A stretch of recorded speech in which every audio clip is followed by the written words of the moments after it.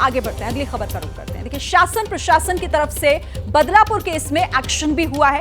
महिला इंस्पेक्टर का ट्रांसफर किया, स्कूल प्रिंसिपल, क्लास टीचर और एक महिला कर्मचारी को निलंबित किया गया है। जांच के लिए एसआईटी बना दी गई है और मामले को फास्ट ट्रैक कोर्ट में ले जाने को कहा गया है। लेकिन ये एक्शन क्या बेटियों को सुरक्षा की गारंटी दे सकता है? क्या यह एक्शन दरिंदों से मुक्त समाज बना सकता है? इस देश में निर्भया के गुनहगारों को फांसी हुई है, लेकिन इस अंजाम के बाद भी आज हम वही हैं। कुछ आगे बढ़ा है तो वो है सियासत।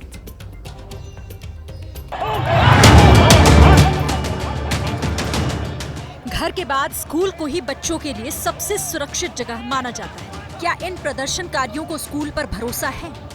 क्राइम स्पॉट से सिर्फ 1 किलोमीटर दूर पुलिस स्टेशन।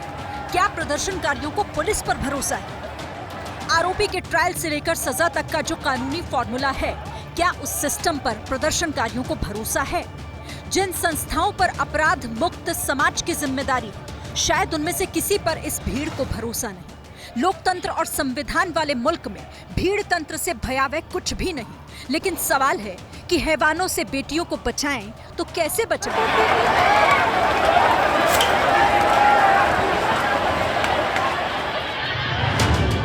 जवाब किसी के पास नहीं, लेकिन इस आक्रोश को हल्के में भी नहीं लेना चाहिए। ये प्रदर्शनकारी खुद के लिए नहीं आए, इन्होंने उन मासूमों के लिए कानून को चुनौती दी है जो ठीक से चल फिर भी नहीं पाते। बदलापुर कांड से देश सन्न है और सियासत प्रसन्न, क्योंकि महाराष्ट्र में कुछ ही महीनों में चुनाव होने हैं। पुलिस के एक्शन से कई गुना तेज नेताओं का रिएक्शन सामने आ रहा है। बदलापुर में जो घटना हुई वो बेहद दुखद है, इसकी मैं कड़ी निंदा करता हूँ। ये महाराष्ट्र की सरकार लाडली बहन योजना लाती है, लेकिन राज्य के छोटी छोटी बच्चियों को सुरक्षित नहीं रख सकते। आए दिन ऐसी घटना हो रही है, ये बहुत दुखद है। ऐसे मामलों में कोई राजनीति नहीं होनी चाहिए।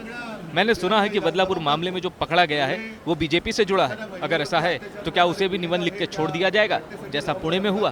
बहुत ज़्यादा निंदा करते हैं और राज्य सरकार ने इस मामले में एक एसआईटी का निर्माण किया है। आईजी लेवल की महिला अधिकारी को एसआईटी का प्रमुख बनाया गया है।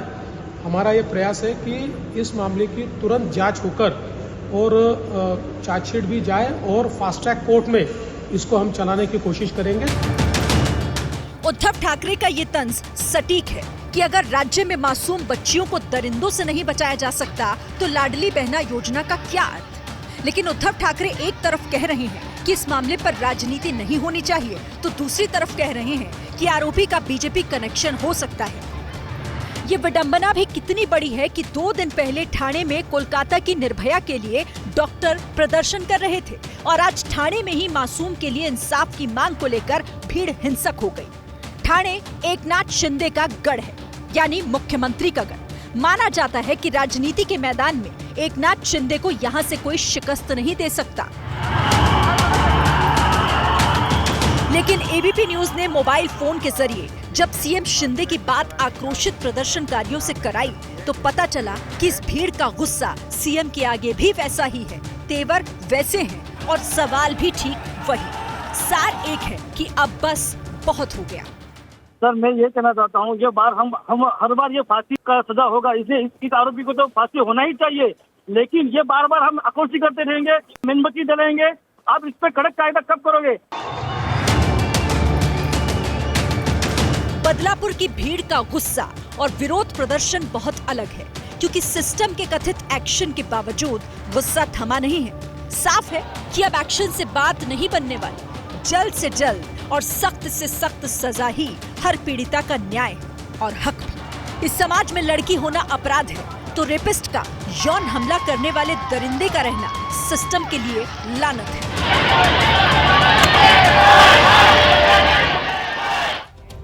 जैसे ही घड़ी का काटा दोपहर 2:30 पे आए, बबीता जी का दिल सास बहू साजिश के लिए मचल जाए। और ये है इनकी बहू, पूरे दिन ऑफिस की टेंशन हो जाए गॉन जब ये करें अपना फेवरेट शो फ्री टाइम पे ऑन। इनकी तरह आप भी देखिए अपना फेवरेट शो अपने टाइम पर और डाउनलोड कीजिए एबीपी लाइव ऐप अपने स्मार्ट टीवी पर।